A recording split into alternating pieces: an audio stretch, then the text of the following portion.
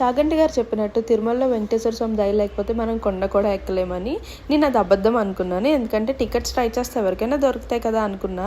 Last time అంగప్రదక్షిణ అంటే April మంత్కి open అయినప్పుడు కూడా నేను అలాగే అనుకున్నా, కానీ నాకు అంగప్రదక్షిణ రాలేదు. కానీ మా తమ్ముడు ఇట్లా నొక్కగానే ఆడికి కన్ఫర్మ్ అయిపోయింది. సరే ఈసారి నాకు అంగప్రదక్షిణ ఇవ్వలేదు కదా, ఎలా అయినా నీ కొండకి ఎక్కి చూపిస్తాను ఏప్రిల్లో అని చెప్పి మా తమ్ముడేమో వాటి ట్రైన్ టికెట్ తత్కాల్లో ట్రై చేశాడు. వాటి టికెట్ కన్ఫర్మ్ అయింది, నా టికెట్ కన్ఫర్మ్ అవ్వలేదు.